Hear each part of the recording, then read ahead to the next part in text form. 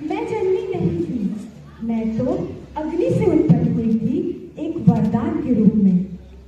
परंतु क्या मैं एक वरदान हूँ अथवा एक बोझ? मेरा नाम याज्ञसेनी है, अर्थात अग्नि से उत्पन्न। परंतु मैं कभी कभी सोचती हूँ, क्या मेरा जन्म शांति लाएगा अथवा युद्ध की ज्वाला को और प्रज्वलित कर देगा? मैं महानता के लिए उत्पन्न हुई थी, भारतवर्ष के इतिहास की दिशा परिवर्तन के लिए। तथापि मैं एक ऐसे समाज में उत्पन्न हुई जहाँ स्त्रियां केवल एक वस्तु मात्र हैं। मेरे पिता पांचाल नरेश महाराज द्रुपद ने एक पुत्र की कामना की थी, जिससे वे अपनी पराजय का प्रतिशोध ले सके, और अग्नि ने उन्हें एक पुत्री भी प्रदान की, जिसमें लौह के समान साहस था, कदाचित एक विरोधाभास। क्या मेरा जन्म एकता लाएगा अथवा इस विश्व को भागों भागों में विभाजित कर देगा?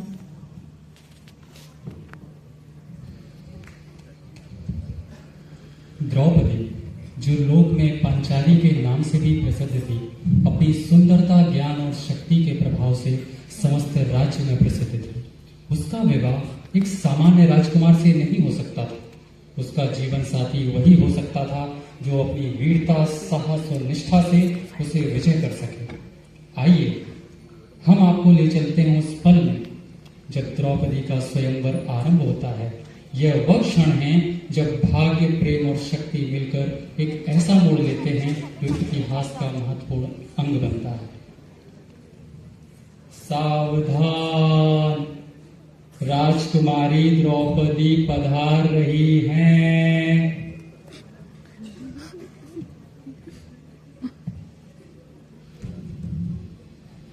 कांपिर्य नगरी के लिए यह बड़े गौरव की घड़ी है कि आज मैं अपने पिताश्री की ओर से आप सभी वीरों का अभिनंदन करता हूँ। भारतवर्ष का हर वीर और महावीर इस समय यहाँ पर उपस्थित है। वो रहा आपका लक्ष्य, मत्स्य की घूमती हुई आंख। परंतु नीचे रखे तेल पात्र को देखकर, मत्स्य प्रतिबिंब को देखकर आप अपना लक्ष्य साधोगे और बाण चलाओगे। तो महावीरों, मैं आप सबको आमंत्रित करता हूँ कि अपना अपना प्रयास आरंभ करें।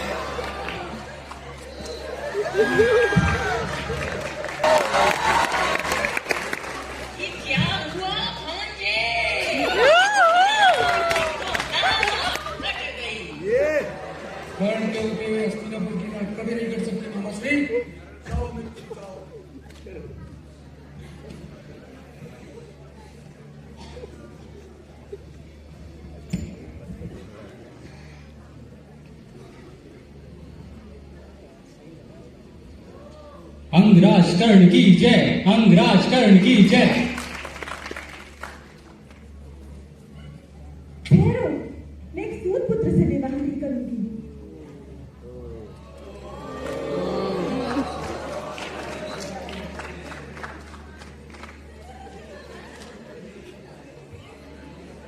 सूतपुत्र, इस स्वयंवर में सामर्थ्य की परीक्षा है या कुल या वंश की?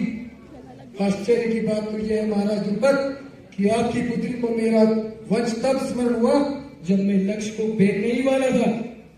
निश्चित ही उन्हें मुझसे विवाह नहीं करना है, परंतु इस प्रकार उन्होंने मेरे जन्म का उपवास करके प्रजा के सामने मेरी बेइज्जती की है।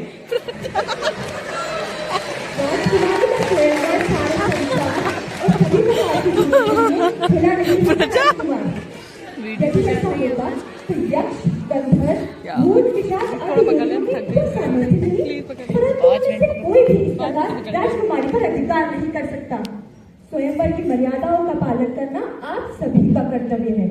वास्तव में अंगराज ने स्वयंवर में भाग लेकर स्वयं स्वयंवर की मर्यादा का उल्लंघन किया है। यदि ऐसा है राजकुमारी, तुम्हारी ये वरमाला प्रतीक्षा करते करते सूख जाएगी। आप हमारे अतिथि हैं अंगराज, परंतु आपको इस स्वयंवर की परंपरा का ज्ञान तो होना चाहिए था। जिस प्रकार मित्रता अपने बराबर वालों में होती है, उसी प्रकार नाता भी अपने बराबर वालों में ही जोड़ा जाता है। ऐसा लगता है कि इस सभा में कोई महावीर नहीं जो इस लक्ष्य वेदन करके मेरी बहन की वरमाला को धन्य कर सके।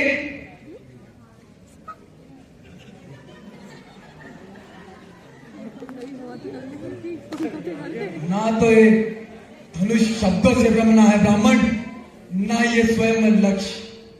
ये बड़े बड़े वीर योद्धा इसके प्रत्यंचा नहीं चढ़ा पाए। ये यज्ञ करने वाले हाथ क्या प्रत्यंचा चढ़ाएंगे मामाश्री?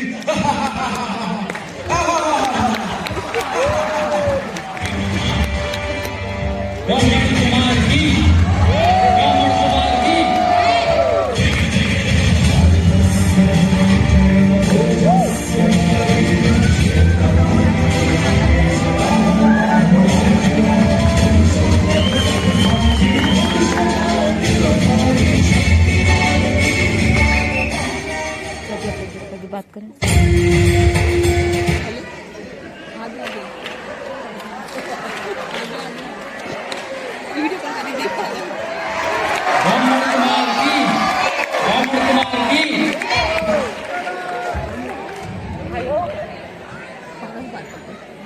पागल आगे आ जाना। मैंने देखा भी नहीं यार। यदि मैंने आपकी इस वरमाला पे अपना अधिकार सिद्ध कर लिया हो तो मुझे इस वरमाला से धन्य करो राजकुमारी।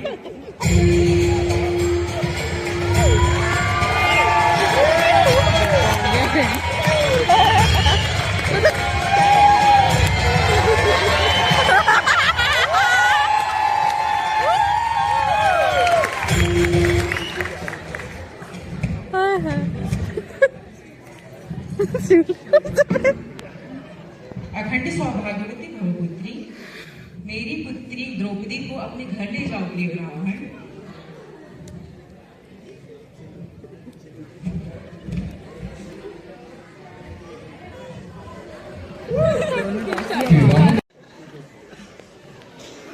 वो मैंने दोबारा बना दी।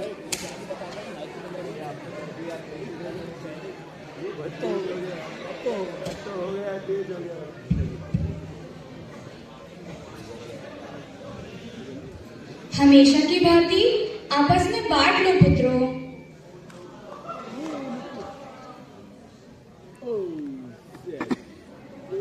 ये देवी कौन है पुत्र? माता श्री, ये कांकेर नगरी की राजकुमारी द्रौपदी है। अर्जुन ने इन्हें स्वयंवर में जीता है माता श्री। अखंड सौभाग्यवती भवपुत्री। परंतु माता श्री, आपने तो इनके विभाजन का अपमान कर दिया। इसके विभाजन का आदेश? क्या मेरी मति मारी गई है जो मैं अपने पुत्रवधू के विभाजन का आदेश दूंगी? तुमने तो इसे भिक्षा, तुमने द्रौपदी को भिक्षा बताया, अपनी पत्नी को भिक्षा कहा तुमने। मां से झूठ बोले अर्जुन। अब बांटो, क्या बांट कर बता सकते हो मुझे? पुत्र युधिष्ठिर, तुम तो स्वयं धर्मराज हो, तुम ही कोई उपाय बताओ।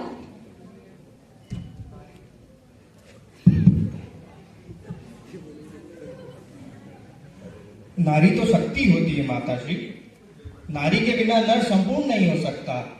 भीम और अर्जुन ने नारी को भिक्षा देकर उसका अपमान किया है, और माता परम गुरु है, उनका कोई भी आदेश अस्वीकार्य नहीं हो सकता है। पांचाली का हम पांचों भाइयों से विवाह इसका उचित समाधान है। और कुंती के कहे शब्दों को आत्मसात करने का प्रयास करती रही। वह सोचती रही कि वह पांचों भाइयों से विवाह उपहास कर रहे थे। वह चिल्लाना चाहती थी, वह कह देना चाहती थी कि मेरा विवाह अर्जुन से हो चुका है। उसने अर्जुन से अपना पक्षधर होने की अपेक्षा की थी, परंतु उसका समर्थन ना पाकर वह विरोध न कर सकी। राजा द्रौपदी की सभा में यह निर्णय हुआ कि द्रौपदी को पांचों पांडवों से विवाह करना होगा। इस असामान्य व्यवस्था के लिए एक विशेष वैवाहिक आचरण की व्यवस्था की गई। पांडव जब अपना राज्य प्राप्त करने के लिए हस्तिनापुर लौटे तो पांडवों को इंद्रप्रस्थ नामक भूमि दी गई, जो एक बंजर क्षेत्र था। पांडवों ने इसे अपनी राजधानी के रूप में स्थापित किया और इसे समृद्ध नगर में परिवर्तित किया। इंद्रप्रस्थी महारानी द्रौपदी के लिए यह भव्य माया महल का निर्माण कराया गया। द्रौपदी अपने पतियों को प्रशासन करने में पूर्ण सहयोग करती। उसने प्रत्येक पति से एक पुत्र, कुल 5 पुत्रों को जन्म दिया। 5 पुत्रों की माता तथा इंद्रप्रस्थ की महारानी के रूप में वह व्यवस्था से अपना जीवन व्यतीत कर रही थी। महल में एक बार राजसूय यज्ञ का आयोजन हुआ। भारतवर्ष के सभी शासकों के साथ कौरव भी इंद्रप्रस्थ आए। दुर्योधन महल की भव्यता से अचंभित होकर महल में सैर कर रहा है। महल की मायावी झरोखों और सरोवरों से भ्रमित हुआ वह सोचता है, देखो पहले ही बोला था कि वहाँ समोसा खा रही थी वो कुने दुकान में। अद्भुत, खांडव प्रस्थ को इंद्रप्रस्थ बना डाला। अद्भुत है उस मैदानों की कलाकृति, आश्चर्य। अंधे का पुत्र अंधा है। इसका प्रतिशोध इसके आंसू देंगे।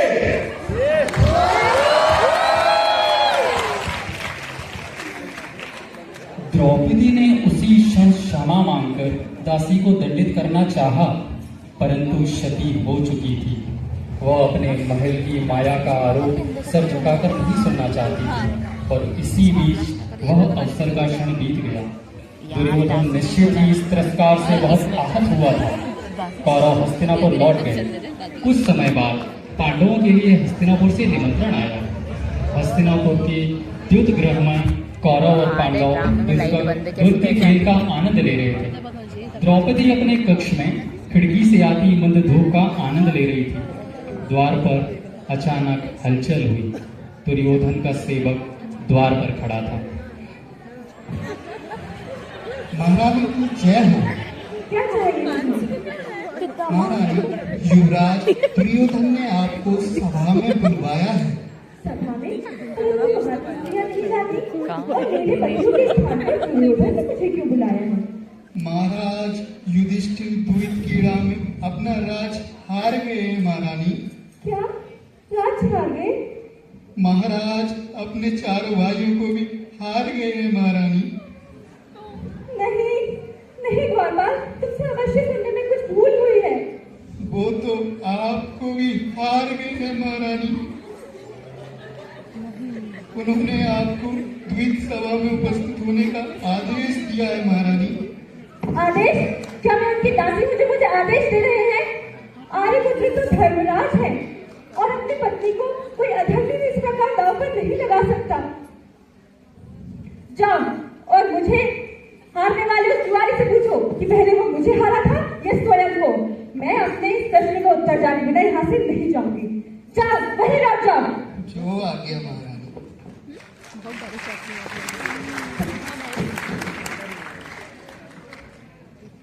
युवराज की जय हो। क्या जय हो? तू अकेला ही आया है? महारानी महाराज युधिष्ठिर से एक प्रश्न का आंसर जाने बिना सभा में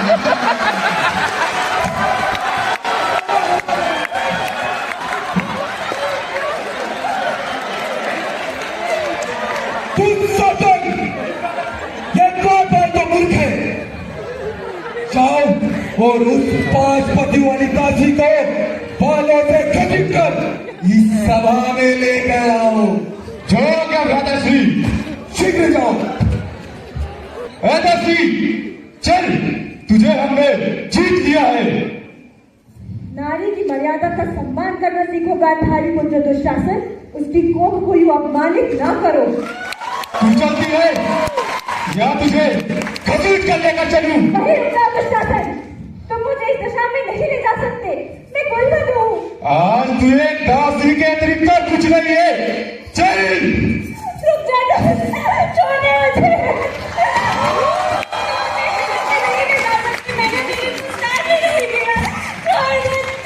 राजकुमार से बात करना सीखता थे।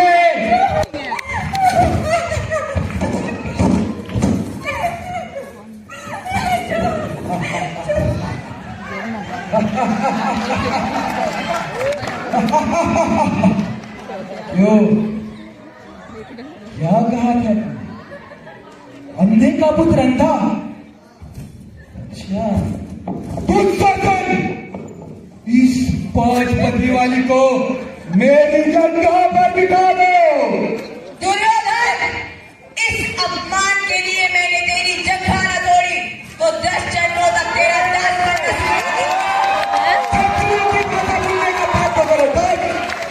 तुम अभी मेरे दास हो, मौन रहो।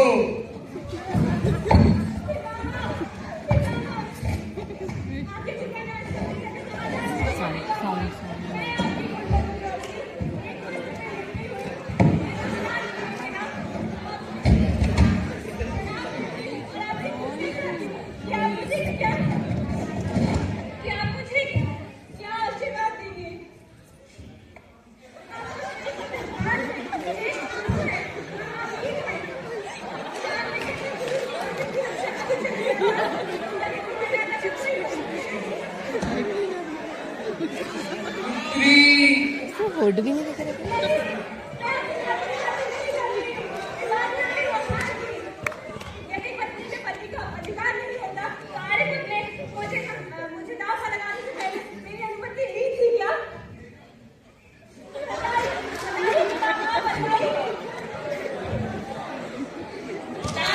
द्रौपदी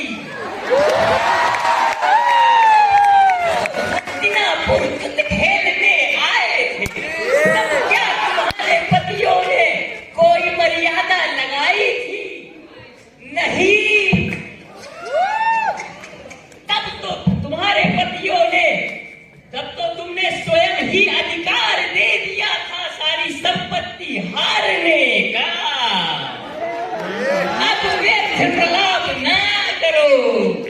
अर्थात मैंने अपने पतियों पर मर्यादा नहीं लगाई, वो दोष था मेरा, मैंने उन पर विश्वास किया, वो अपराध था मेरा। उत्तर दीजिए आर्यपुत्र, उत्तर दीजिए। पांचाली के प्रश्नों का उत्तर दीजिए पितामह, उत्तर दीजिए। पितामह क्या उत्तर देंगे? ये तो स्वयं एक प्रश्न है। महामंत्री विदुर, आपके पास में तो न्याय का साधन है ना? आप ही मुझे बताइए, किसी के संपत्ति पर उसके भाई का अधिकार होता है क्या? यदि भाई अपने भाई को अधिकार देता है तो हाँ। पति की संपत्ति पर पत्नी को अधिकार तो न्याय देता है, समाज देता है। आप ही बताइए महामंत्री विदुर, जब आर्यपुत्र ने अपनी संपत्ति दांव पर लगाई थी, तब उन्होंने मेरी अनुमति ली थी क्या?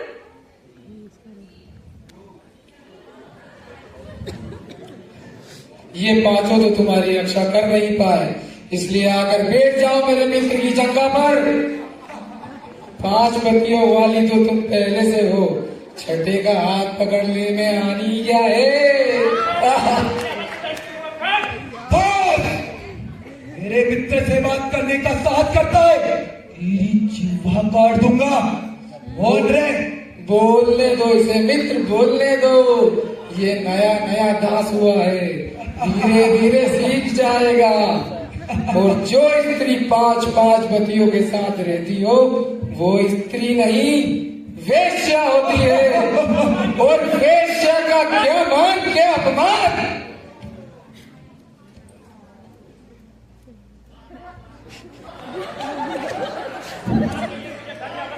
तुझे अभी समझाता, बोल रहे, तेरी जीवा काट लूंगा।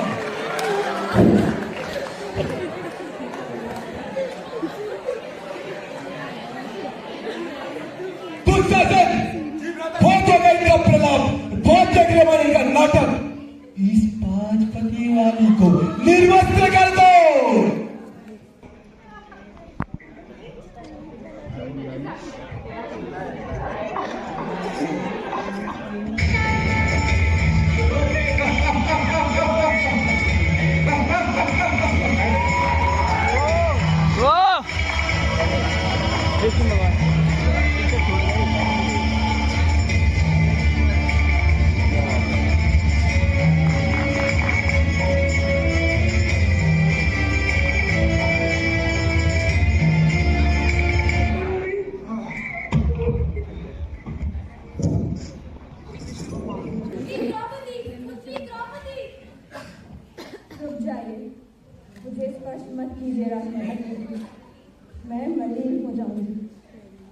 मैं अब आपकी पुत्रवधू नहीं, आपके पुत्रों की पत्नी नहीं, इस कुरुवंश की कुलवधू नहीं। मैं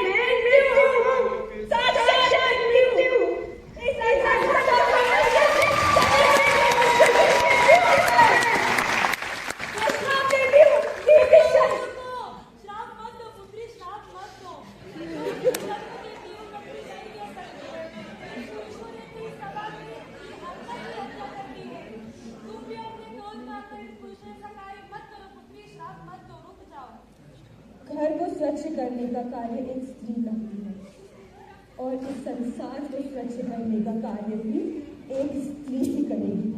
मैं श्राप देती हूँ।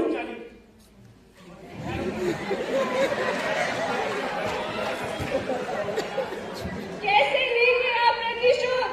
आप तो दास हैं दुष्टों के।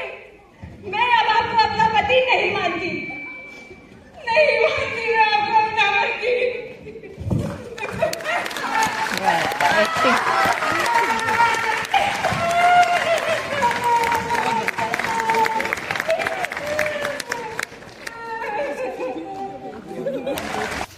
द्रौपदी को विश्वास था कि उसके पति उससे प्रेम करते हैं, वे उसके लिए कुछ भी कर सकते हैं, परंतु उनके लिए तो सम्मान, एक दूसरे के प्रति निष्ठा, प्रतिष्ठा की अवधारणाएं द्रौपदी की पीड़ा से कहीं अधिक महत्वपूर्ण निकली। यद्यपि अर्जुन और भीम ने द्रौपदी के इस अपमान के प्रतिशोध के लिए कई प्रतिज्ञाएं ली भी, परंतु एक स्त्री इस प्रकार नहीं सोचती। द्रौपदी की आवश्यकता के समय उन्होंने जिस प्रकार का चुनाव किया था, उससे उनके संबंधों में बहुत कुछ परिवर्तित हो गया। उसने उन पर पूर्ण रूप से निर्भर न रहने का निर्णय किया। वास्तव में वह अब शत्रु के साथ साथ अपने पतियों से भी आहत होने से बचने के लिए सतर्क रहने लगी। हस्तिनापुर की राज्यसभा में निर्णय हुआ कि पांडवों को 12 वर्ष का वनवास तथा 1 वर्ष का अज्ञातवास भोगना होगा। अपने प्रतिशोध की प्रतीक्षा की अग्नि में जलते हुए द्रौपदी ने अपने खुले केशों के द्वारा पांडवों को उस अपमान का स्मरण कराते हुए वनवास का समय व्यतीत कर लिया। अभिमन्यु का विवाह मत्स्य राज्य की राजकुमारी के साथ तय हुआ। विवाह के उत्सव में द्वारका से सुभद्रा, कृष्ण और द्रौपदी के सभी पुत्र मत्स्य राज्य आए। 13 वर्ष के वियोग के बाद जब वह अपने पुत्रों से मिली तो उसका मन भाव विभोर हो उठा। युद्ध की तैयारी आरंभ हो चुकी थी। हस्तिनापुर की माताएं भी दुविधा में थीं। द्रौपदी अपने निर्णय पर दृढ़ थी, परंतु पुत्र मोह में आकर उसका मनोबल डगमगाने लगा। युद्ध के परिणाम के लिए चिंतित वह कृष्ण के पास जाती है और कहती है, क्या है यार, की बात कर रहे हैं। पांडवों और कौरवों के युद्ध में क्या होने वाला है मुझे जानना है। ऐसा प्रश्न क्यों सखी? भीम और अर्जुन अपना प्रण पूरा करेंगे, अधर्मियों का नाश होगा, धर्म की विजय होगी। किस किस की मृत्यु हो जाएगी गोविंद, और कौन कौन जीवित रहेगा? युद्ध का परिणाम कौन जान सकता है? आप तो सर्वज्ञ हैं, आपकी बातों में गूढ़ संकेत है।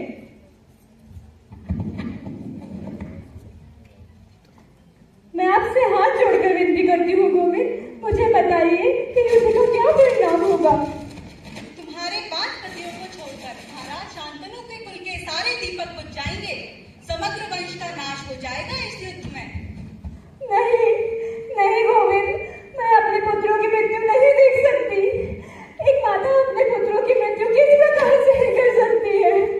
नहीं गोविंद, मैं अपने सारे अपमान और सारी संपत्ति भूलने के लिए तैयार हूँ गोविंद, परंतु मैं अपने पुत्रों को रणभूमि में नहीं भेजूंगी। मुझे युद्ध नहीं चाहिए गोविंद, नहीं चाहिए। मनुष्य जीवन प्रतिशत मृत्यु की ओर बढ़ता है सखी। वो जो भी करता है, क्या वह मृत्यु के लिए नहीं करता? जिस प्रकार वस्त्र पुराने होने पर हम उन्हें उतारकर नए वस्त्र धारण करते हैं, उसी प्रकार समय आने पर आत्मा भी अपना पुराना शरीर त्याग कर नया शरीर धारण करके अपने कर्म करती है। इसीलिए विद्वान लोग जीवित अथवा मृत इसी के लिए भी दुख नहीं करते। केवल अपने धर्म का पालन करते हुए अपना कर्म करते हैं।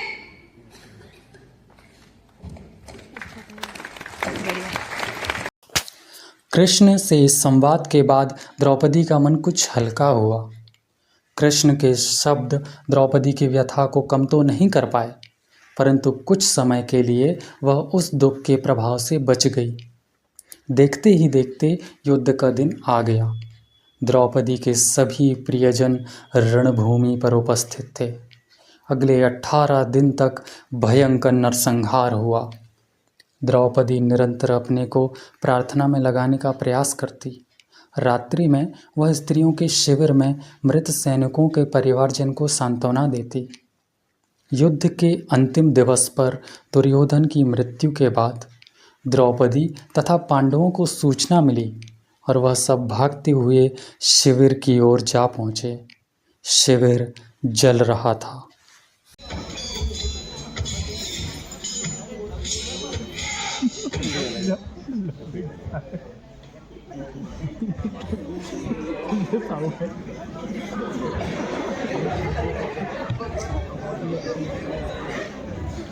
ये क्या हुआ साथी?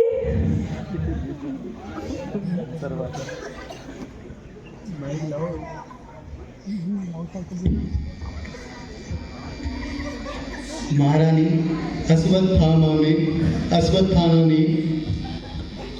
शहर में शिविर में घुस गया और उसने राजकुमार जिष्णु पर आक्रमण कर दिया।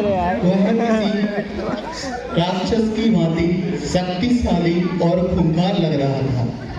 रात्रि ने चुपचाप उसने आक्रमण कर दिया।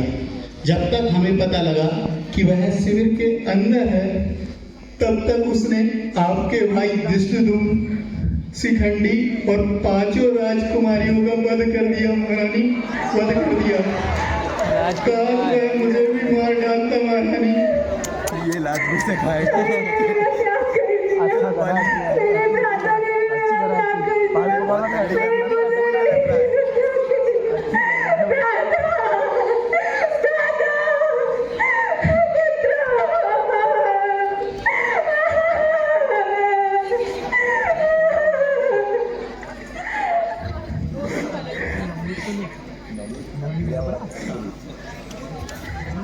महाभारत का युद्ध समाप्त हुआ और मेरा प्रतिशोध भी पूर्ण हुआ, परंतु इस पूरे युद्ध के दौरान मैं प्रतिशोध और पश्चाताप की ज्वाला में उलझती रही।